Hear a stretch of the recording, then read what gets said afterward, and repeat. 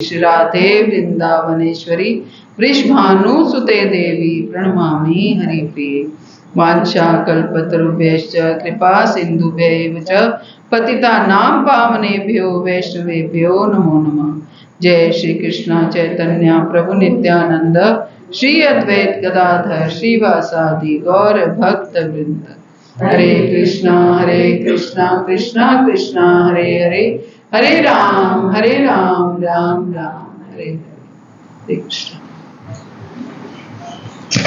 ओम नमो भगवते वासुदेवाय।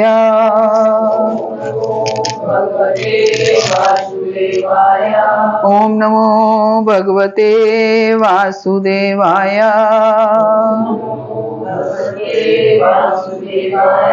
ओम नमो भगवते वासुदेवाय।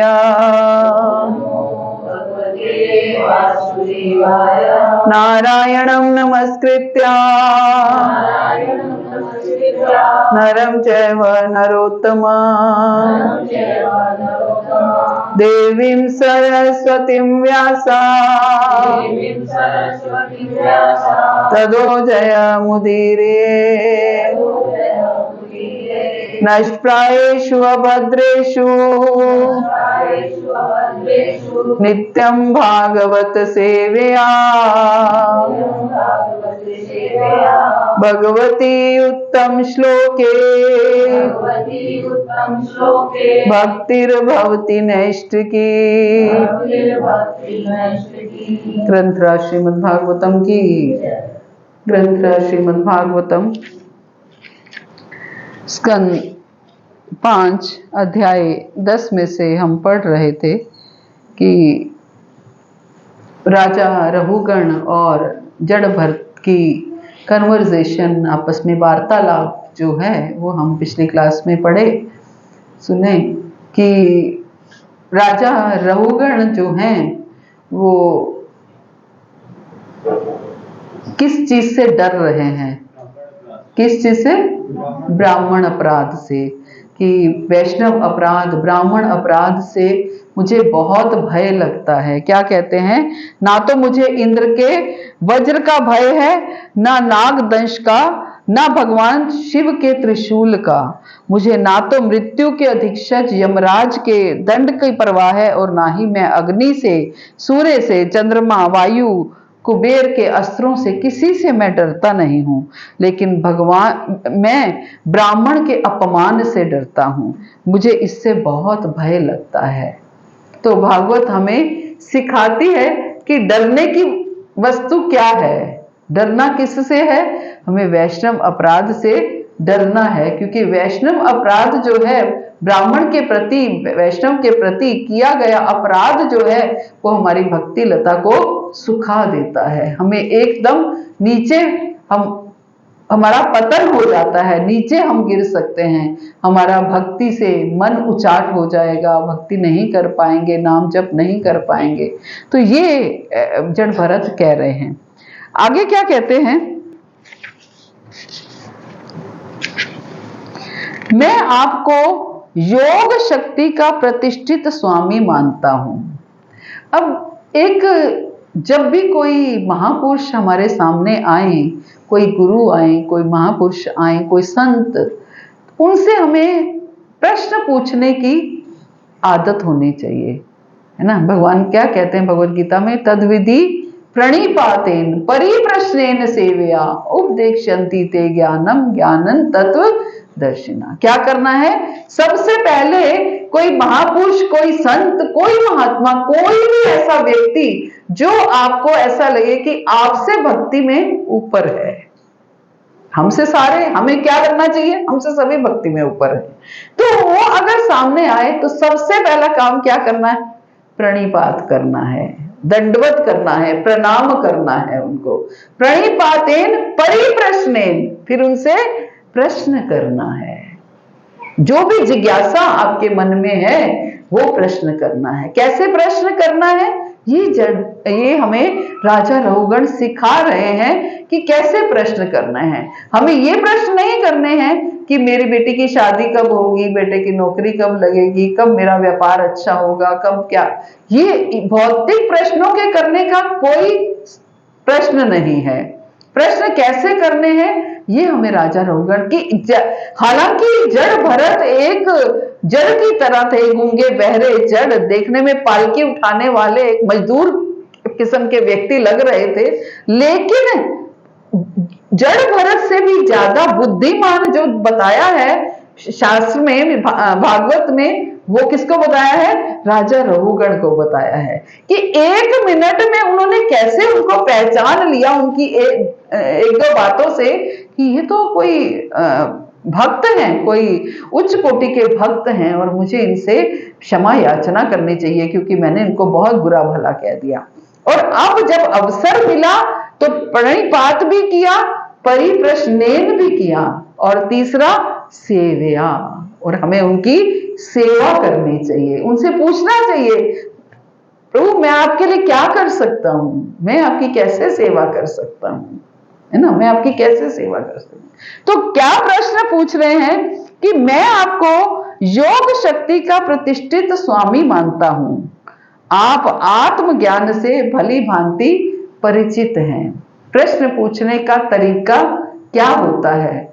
हम प्रश्न पूछें तो पहले जो प्रश्न जिनसे हम पूछ रहे हैं उनको ग्लोरीफाई किया जाता है, पहले उनको ग्लोरीफाई किया। क्या कह रहे हैं? आप आत्मज्ञान को भली भांति जानते हैं, आप योग शक्ति के प्रतिष्ठित स्वामी हैं, आप साधुओं में परम पूज्य हैं और आप समस्त मानव समाज के कल्याण के लिए अवतरित हुए हैं। कोई जड़ भरत ने कोई साधु वाला वेश धारण नहीं कर रखा था, ना ही कोई गेरुआ वस्त्र धारण कर रहा है, ना कोई बाल मुंडवा रखे हैं या लंबे केश, कुछ ऐसा नहीं है। एक साधारण व्यक्ति की तरह लग रहे हैं, साधारण व्यक्ति से भी निम्न कोटि के व्यक्ति लग रहे हैं, लेकिन क्योंकि उनके ज्ञान को परख लिया तो जड़ भरत उनको कह रहे हैं कि आप साधुओं में परम पूज्य हैं और आप समस्त मानव समाज के कल्याण के लिए अवतरित हुए हैं।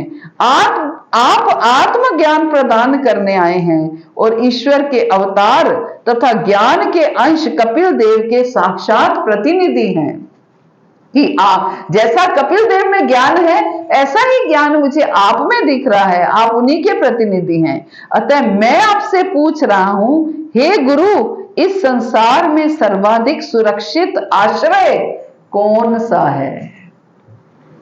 पहला प्रश्न क्या है उनका कि इस संसार में सबसे सुरक्षित, सर्वाधिक सुरक्षित आश्रय कौन सा है?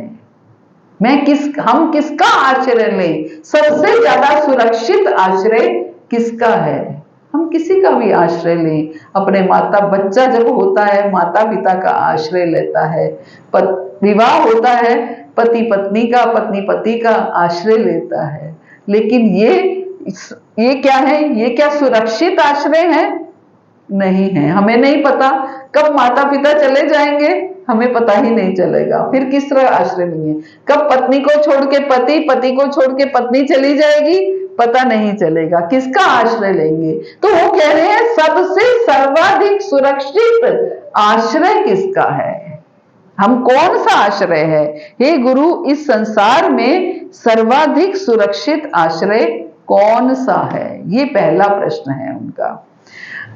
आगे क्या कहते हैं? क्या ये सच नहीं कि आप पूर्ण पुरुषोत्तम भगवान के अवतार कपिल देव के साक्षात प्रतिनिधि हैं? मनुष्यों की परीक्षा लेने और ये देखने के लिए कि वास्तव में कौन मनुष्य है और कौन नहीं, आपने अपने आप को गूंगे तथा बहरे मनुष्य की भांति प्रस्तुत किया है। आप वैसे तो साक्षात भगवान कपिल के प्रतिनिधि हैं, ये क्या सच नहीं है? आपने केवल मनुष्यों की परीक्षा लेने के लिए कि कौन मनुष्य जो है वास्तव में मनुष्य है और कौन नहीं है, आपने अपने आप को गूंगे बहरे की तरह प्रस्तुत किया है। आप प्रेजेंट ऐसे कर रहे हो कि जैसे आप जड़मती हो, जैसे आप गूंगे बहरे हो। क्या आप संसार भर में इसलिए नहीं इस रूप में घूम रहे? मैं तो ग्रस्त जीवन का संसारिक कार्यों में अत्यधिक आसक्त हूं और आत्मज्ञान से रहित हूं। कि मैं तो एक ग्रस्त हूं और भौतिकता में फंसा हुआ हूं, मुझे कोई आत्मज्ञान नहीं है। इतने पर भी अब मैं आपसे प्रकाश पाने के लिए आपके समक्ष उपस्थित हूं। आप बताएं कि मैं किस प्रकार आत्म जीवन में प्रगति कर सकता हूं। दूसरा प्रश्न क्या है कि आप बताएं कि मैं किस प्रकार आत्म जीवन में प्रगति कर सकता हूं। कि मैं अपने आत्म जीवन का अर्थ क्या है?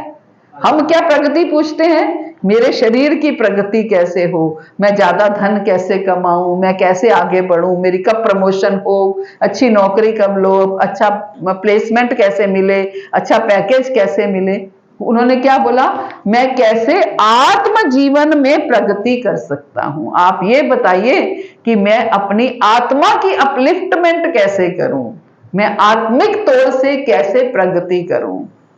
क्या अर्थ है इसका?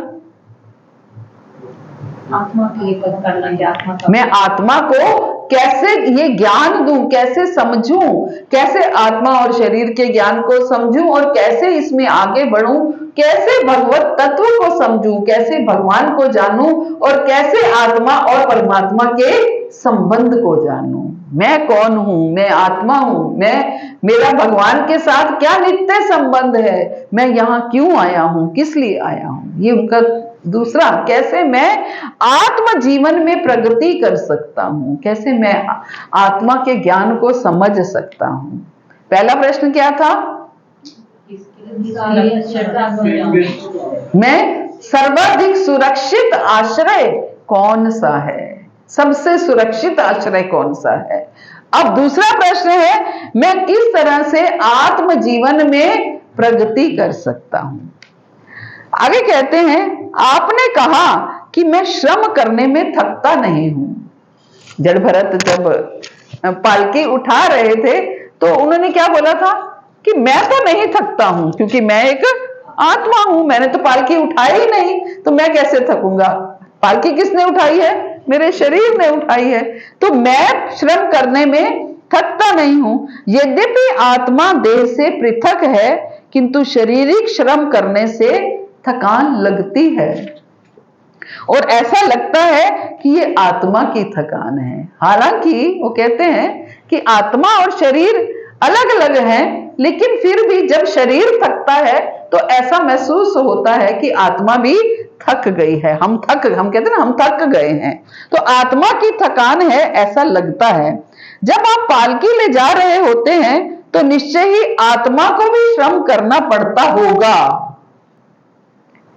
जब आप पालकी ले जा रहे होते हैं तो निश्चय ही आत्मा को भी श्रम करना पड़ता होगा, ऐसा मेरा अनुमान है। ऐसा मुझे लगता है कि केवल शरीर ही नहीं थकता, आत्मा को भी श्रम करना पड़ता होगा, ऐसा मेरा अनुमान है। आपने ये भी कहा है, स्वामी तथा सेवक का बाह्य आचरण वास्तविक नहीं है।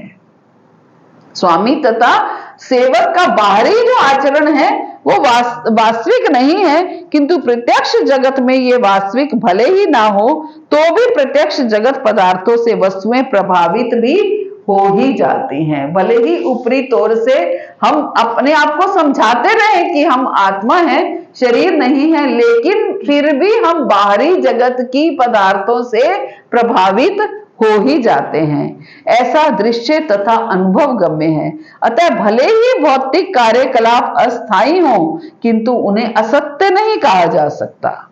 भले ही ये भौतिक कार्य टेम्परेरी है, ये संसार टेम्परेरी है, जो भी रिश्ते हैं, जो संबंध हैं, सब टेम्परेरी हैं, लेकिन फिर भी ये हैं तो सत्य ही, इनको असत्य नहीं कहा जा सकता। क्योंकि राजा रहुगण ग्रस्त हैं, वो अपनी प्रैक्टिकल प्रॉब्लम्स को उनके आगे रख रहे हैं। आपने ठीक है आत्मा और शरीर का ज्ञान दे दिया, लेकिन हम कैसे इन पदार्थ, जब भौतिक जगत में रहते हैं तो भौतिक पदार्थों से भी हमारा आकर्षण हो ही जाता है। हम कैसे भौतिक कार्यकलाप भले ही जानते हैं सब अस्थायी हैं, टेम्परेरी हैं, लेकिन इन्हें असत्य नहीं कहा जा सकता। आगे क्या कहते हैं कि आपने बताया कि शारीरिक स्थूलता तथा कुष्ठता जैसी उपाधियां आत्मा के लक्षण नहीं है। ये सही नहीं है, क्योंकि सुख तथा दुख जैसी उपाधियों का अनुभव आत्मा को अवश्य होता है। आप दूध तथा चावल को एक पात्र में भरकर अग्नि के ऊपर रखें तो दूध तथा चावल क्रम से अपने आप तप्त होते हैं। इसी प्रकार शारीरिक सुखों तथा दुखों से हमारी इंद्रियां, मन तथा आत्मा प्रभावित होता है। भले ही सुख तथा दुख शरीर के साथ हैं, लेकिन उस सुख और दुख से हमारी आत्मा भी प्रभावित होती है, हमारा शरीर भी प्रभावित होता है, हमारी इंद्रियां, हमारा मन भी प्रभावित होता है। आपने जो भी कहा है उसमें कोई विरोधाभास नहीं है। मैं समझ रहा हूं, आपकी सारी बातें समझ रहा हूं, उसमें कोई दो राय नहीं है। हे दीनबंधु, मैंने आपको अपमानित करके बहुत बड़ा अपराध किया है।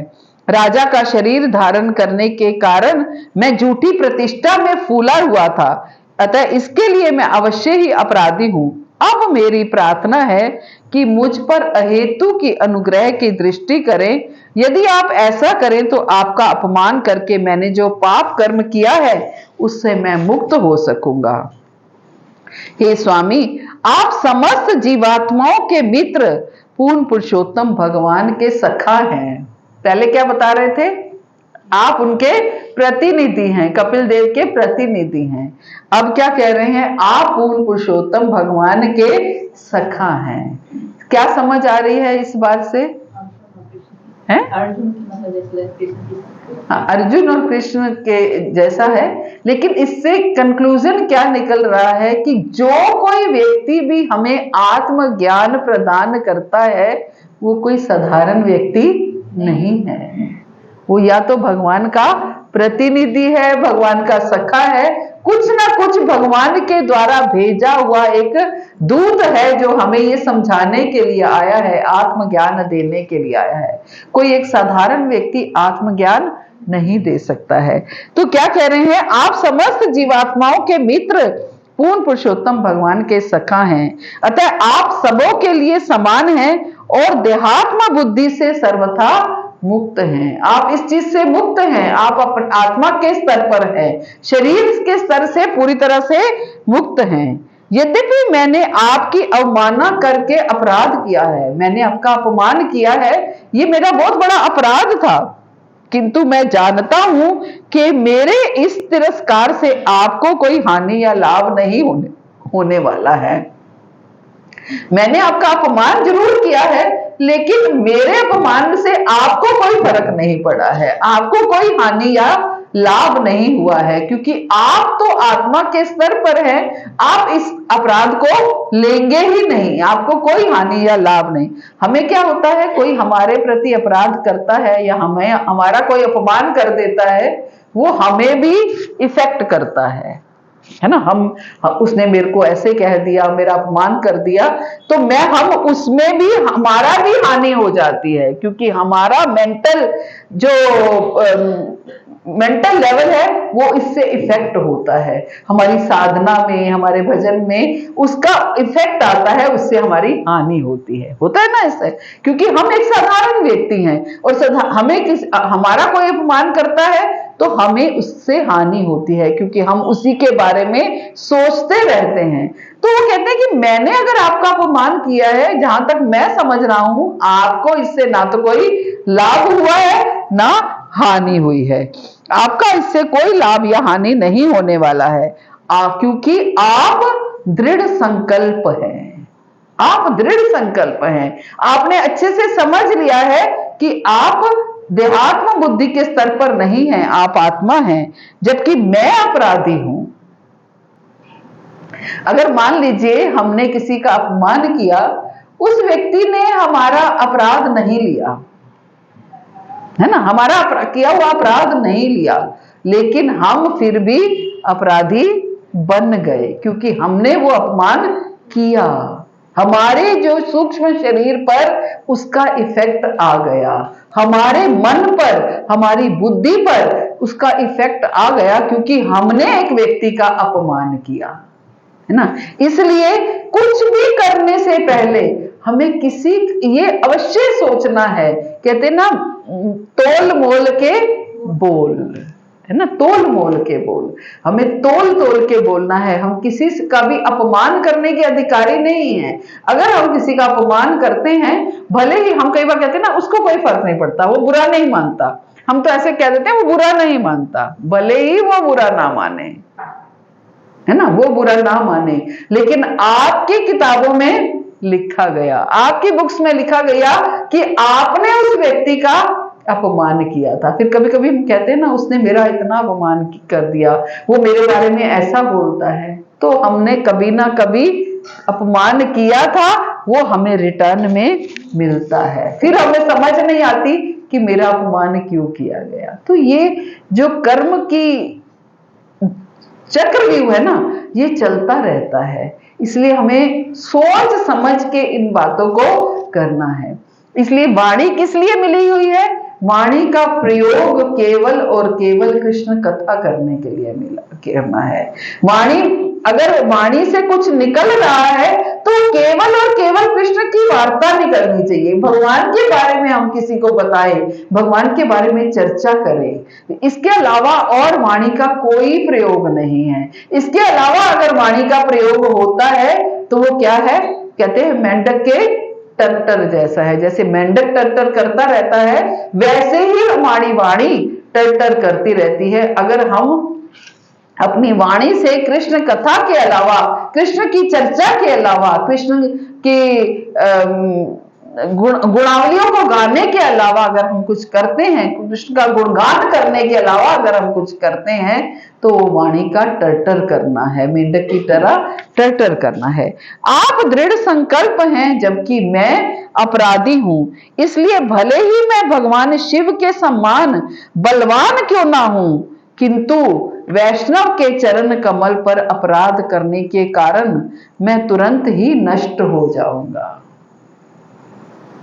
क्या कह रहे हैं? भले ही मैं भगवान शिव के समान बलवान क्यों ना हूं, लेकिन अगर मैंने किसी वैष्णव के प्रति अपराध कर दिया तो मैं नष्ट हो जाऊंगा। मैं नष्ट हो जाऊंगा, क्या क्या अर्थ है?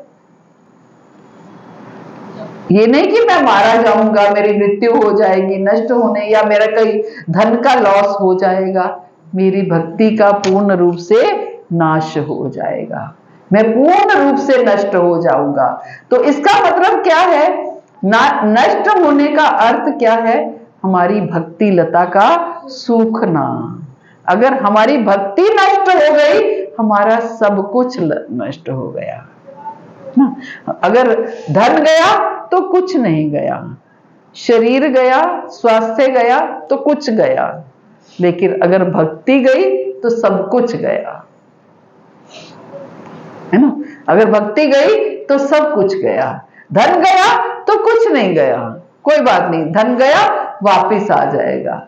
और स्वास्थ्य गया तो कुछ कुछ गया, क्योंकि स्वास्थ्य अगर अच्छा नहीं होगा तो भक्ति नहीं कर पाएंगे, लेकिन अगर भक्ति गई तो सब कुछ गया।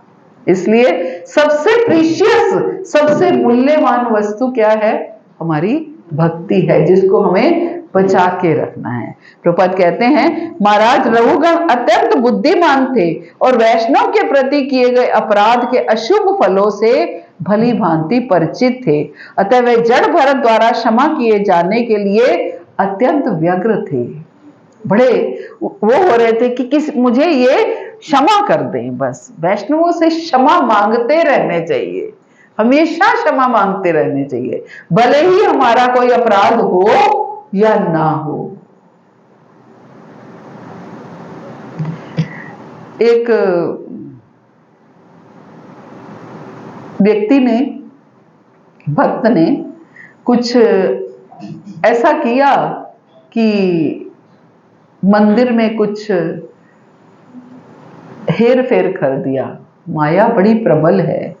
जब हम मंदिर में सेवा करते हैं, या कहीं भी सेवा, मंदिर में, सेंटर में, कहीं भी आप सेवा करते हैं और खास तौर से धन आपके हाथ में आ जाता है, तो वो धन आपको आकर्षित करता है। है ना। तो वो अगर धन के आकर्षण में हम आ गए और कहीं वो हेर फेर हो गया, उस व्यक्ति ने ऐसा ही किया, धन का हेर फेर हो गया और महाराज को पता चल गया, किसी और महाराज की मैं बात कर रही हूँ, महाराज को पता चल गया, तो महाराज ने क्या बोला उनको कि भगवान को तुम्हारे लिए एक और नरक बनाना पड़ेगा। सोचो, अगर किसी शिष्य के गुरु ने ऐसा बोल दिया तो उस व्यक्ति की भक्ति क्या हुई? खत्म। ना केवल इस जन्म की, कई जन्मों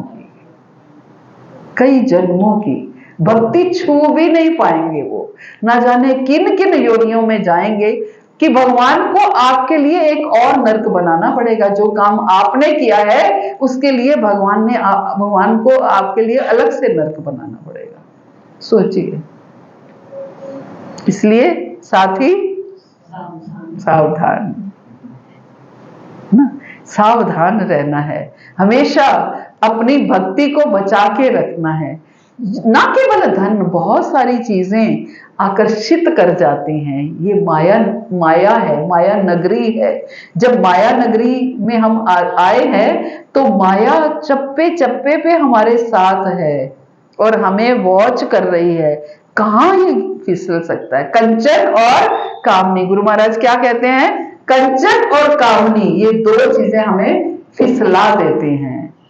कंचन और कामनी क्या? धन या स्त्री और पुरुष का संबंध और धन, ये दो चीजें फिसला देती हैं। बड़े बड़े हायर लेवल के डिवोटीज हमने देखे जो स्त्री संग से फिसल गए, हायर लेवल के डिवोटीज हमने देखे जो धन से फिसल गए। इसलिए संभल के रहना है, हमेशा संभल के रहना है। प्रयास करो 10 रुपए हम एक्स्ट्रा कहीं अपने लगा दें, लेकिन हमारे पास किसी का धन ना आए, है ना, किसी का धन ना आए। ये हमें हमेशा, खास तौर से मैं बहुत डरती हूं क्योंकि धन से डील करती हूं। नहीं डील किए बिना काम भी नहीं चलेगा, लेकिन और डील करने से डर लगता है कहीं जाने अनजाने में कुछ हो ना जाए। इसलिए प्रयास क्या करें कि अपनी तरफ से लगाते रहे, ताकि कभी कभी जाने अनजाने में हो भी जाए तो कंपेंसेट होता रहे, है ना, तो कंपेंसेट होता रहे।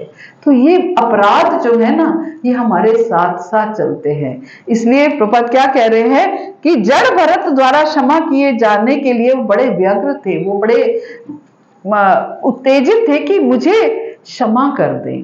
तो जिस गुरु ने ये कह दिया कि भगवान तुम्हारे लिए अलग नरक बनाना पड़ेगा, वो तो क्षमा की तो कोई गुंजाइश ही नहीं है, वहां क्षमा की भी कोई गुंजाइश नहीं है।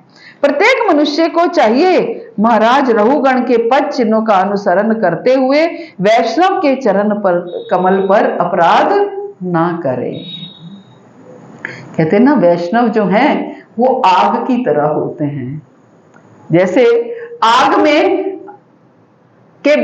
से आप कितने लोगों के लिए भोजन बना करके उनकी सेवा कर सकते हो, है ना। इतना प्रसाद बनाइए, अग्नि पर ही बनेगा, बिना अग्नि के तो प्रसाद बन नहीं सकता। प्रसाद बनाइए और वैष्णवों की सेवा करिए। वैष्णव प्रसाद खा के बहुत प्रसन्न होते हैं और वही अग्नि से हम हाथ जला भी सकते हैं, है ना, वही अग्नि जला भी सकती है। तो ऐसे ही वैष्णव हैं। अगर हम सावधान नहीं रहेंगे, सावधानी नहीं बरतेंगे, अगर प्रसाद बनाते हुए सावधानी नहीं बरती तो हम जल जाएंगे, और लेकिन अगर सावधानी से करेंगे तो वैष्णव भक्तों को प्रसन्न कर सकते हैं। ऐसे ही भक्तों को प्रसन्न करना है, लेकिन सावधानी बरतनी है। हर कदम पर हमें सावधानी बरतनी है। श्री वृंदावन ठाकुर चैतन्य भागवत में कहते हैं, यदि कोई वैष्णव की निंदा करता है तो वह त्रिशूलधारी शिवजी के समान शक्तिशाली होने पर भी अपने आत्म पद से गिर जाएगा। यदि कोई वैष्णव की निंदा करता है तो वो त्रिशूलधारी शिवजी के समान शक्तिशाली होने पर भी अपने आत्म पद से गिर जाएगा। ये समस्त वैदिक शास्त्रों का निर्णय है। सबसे बड़ा अपराध वैष्णव निंदा। वैष्णव निंदा अगर कोई करता है तो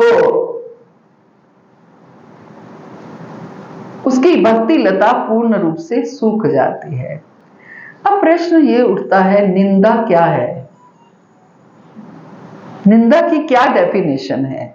कि हम बात तो करते हैं, मान लीजिए अब जैसे मैंने बताया कि उस वैष्णव ने चोरी की, तो क्या मैंने निंदा की?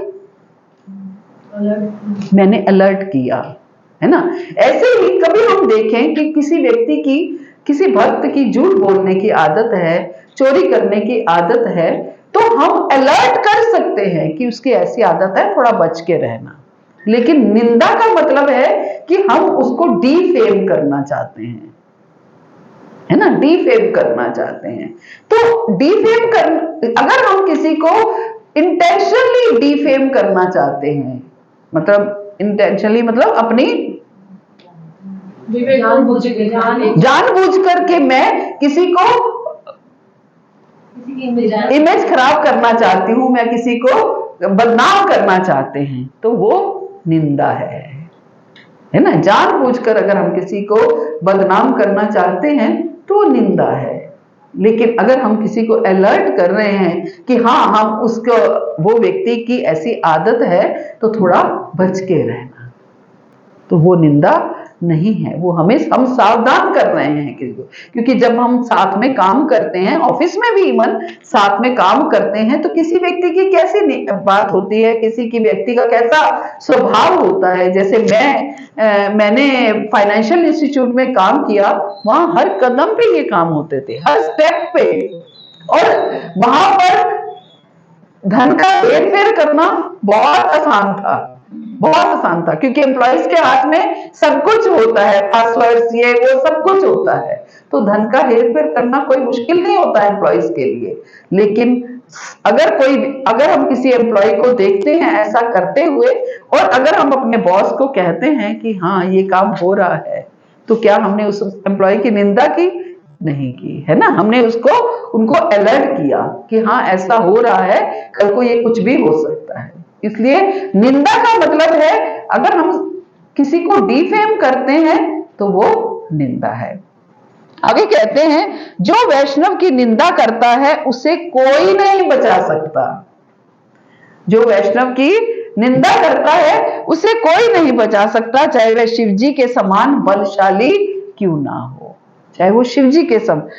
यदि वो वैष्णव की निंदा करता है तो उसका विनाश होना ही है। अगर कोई वैष्णव की निंदा करता है तो उसका विनाश होना ही है।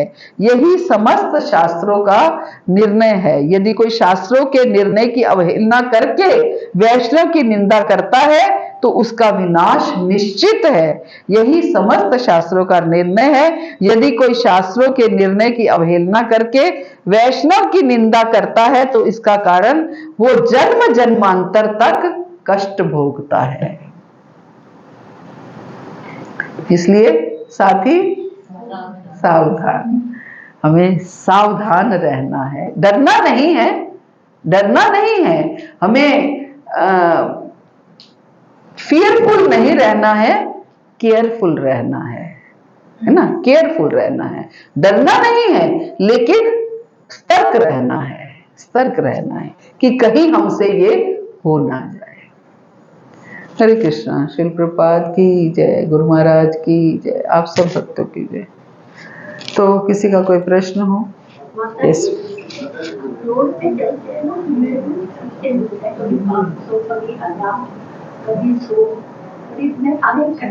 हमने डोनेशन बॉक्स इसी के लिए रखा है। बिल्कुल बिल्कुल, यस मैम।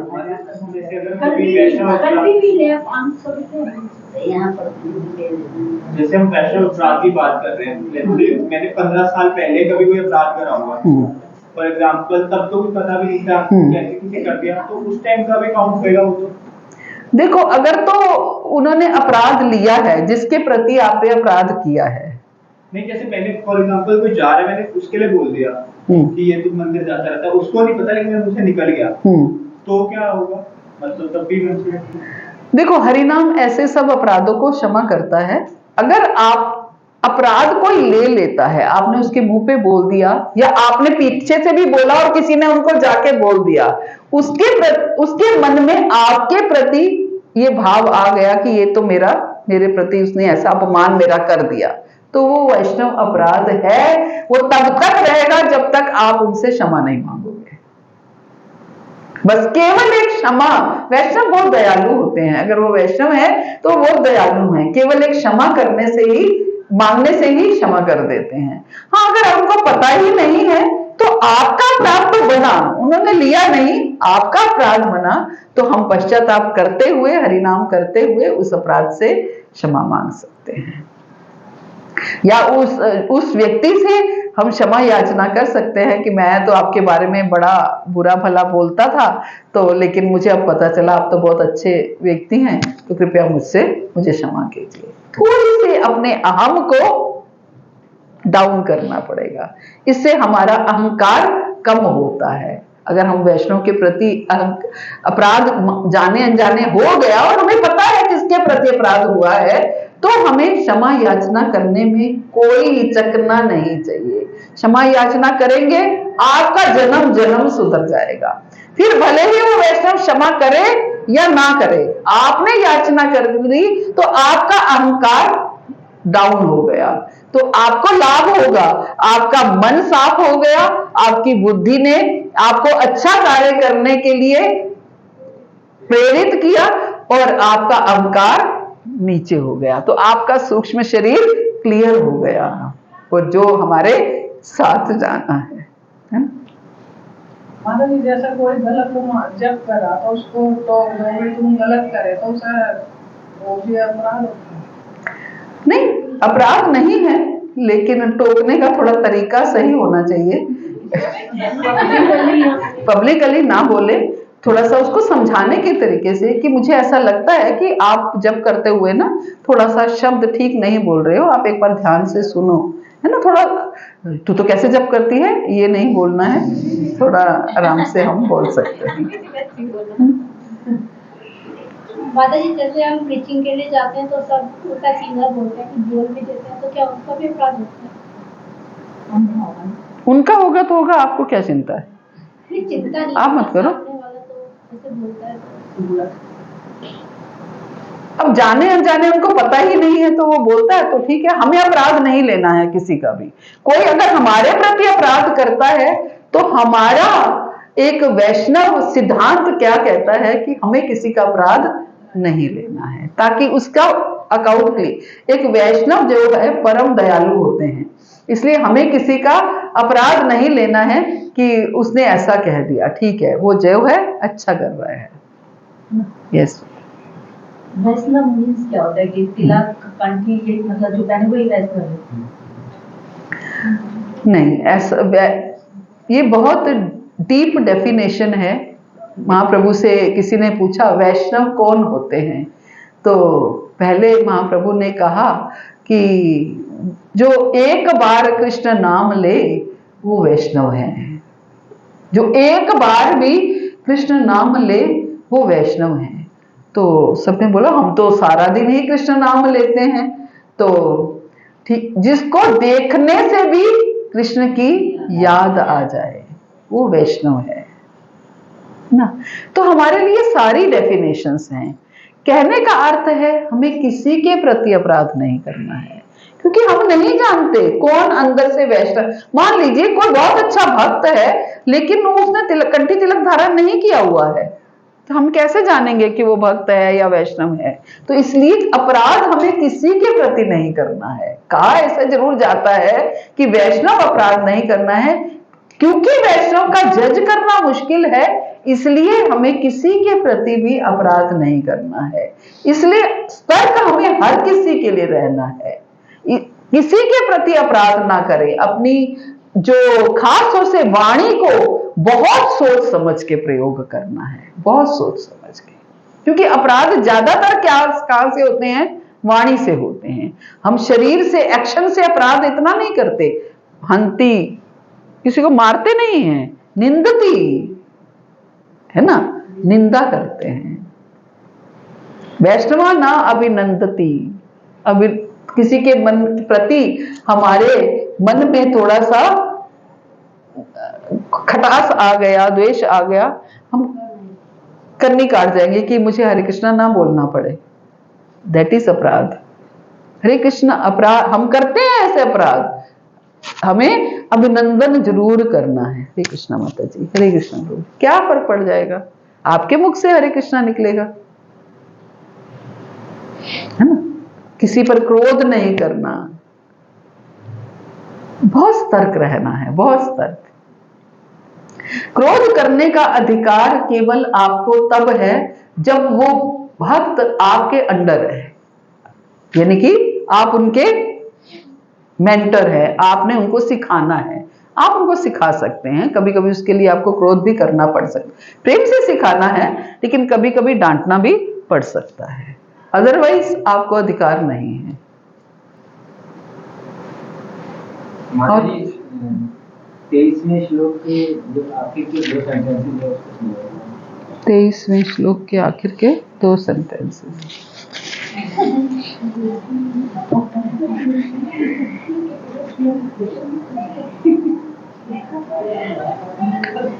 23वां श्लोक तो हमने लिया ही नहीं ना, है? पेज लट गया होगा। नहीं नहीं, मैंने कई श्लोक छोड़े हैं बीच में, पेज नहीं पलटा क्योंकि सारे ले नहीं पाते ना। आपने बताया कि राजा तथा प्रजा अथवा स्वामी और सेवक के संबंध शाश्वत नहीं होते। आखिर की बात पहला नहीं पढ़ूंगी तो आखिर कैसे समझाऊंगी? यद्यपि ऐसे संबंध अस्थायी हैं, तो भी जब कोई व्यक्ति राजा बनता है तो उसका कर्तव्य नागरिकों पर शासन करना और नियमों की अवज्ञा करने वाले को दंडित करना है। उनको दंडित करके वो नागरिकों को राज्य के नियमों का पालन करने की शिक्षा देता है। पुनः आपने कहा कि मूक तथा बधिर को दंड देना, चर्वित को चर्वण करना या पिसी लुगदी को फिर से पीसना है, जिसका अभिप्राय ये हुआ कि इससे कोई लाभ नहीं होता। किंतु यदि कोई परमेश्वर द्वारा आदिष्ट अपने कर्तव्यों के पालन में लगा रहता है तो उसके पाप कर्म निश्चय ही घट जाते हैं। अतः यदि किसी को बलपूर्वक उसके कर्तव्यों में लगा दिया जाए तो उसे लाभ पहुंचता है, क्योंकि इस प्रकार उसके समस्त पाप दूर हो जाते हैं। तो क्या लास्ट के मुख्य तौर से वो ये कह रहे हैं जो बलपूर्वक कार्य लगाते हैं। किंतु यदि कोई परमेश्वर द्वारा आदिष्ट अपने कर्तव्यों के पालन में लगा रहता है तो उसके पाप कर्म निश्चय ही नष्ट हो जाते हैं। कोई अपने कर्तव्यों के पालन में लगा रहता है, सही तरीके से अपने कर्तव्यों का पालन करता है तो उसके पाप नष्ट हो जाते हैं। अतः यदि किसी को बलपूर्वक उसके कर्तव्यों में लगा दिया जाए तो उसे लाभ पहुंचता है, क्योंकि इस प्रकार उसके समस्त पाप दूर हो। मान लीजिए कोई अपने कर्तव्यों का पालन नहीं कर रहा है, पहले क्या बोला है कि कोई जो अपने कर्तव्यों का पालन करता है उसके सारे पाप नष्ट हो जाते हैं। लेकिन मान लीजिए कोई अपने कर्तव्यों का पालन नहीं कर रहा और हम उसको डांट बूझ कर समझा करके उसको जबरदस्ती उसको समझाते हैं कि नहीं तेरे को अपने कर्तव्यों का पालन करना है भाई, तेरी पत्नी है, तेरे बच्चे हैं, तू कमाता नहीं है, कमा, तो इसका मतलब ये नहीं है कि वो अपराध हो गया, क्योंकि अगर हम उसको जबरदस्ती उसके कर्तव्यों का पालन करने में लगा रहे हैं तो उससे समस्त पाप उसके दूर हो सकते हैं।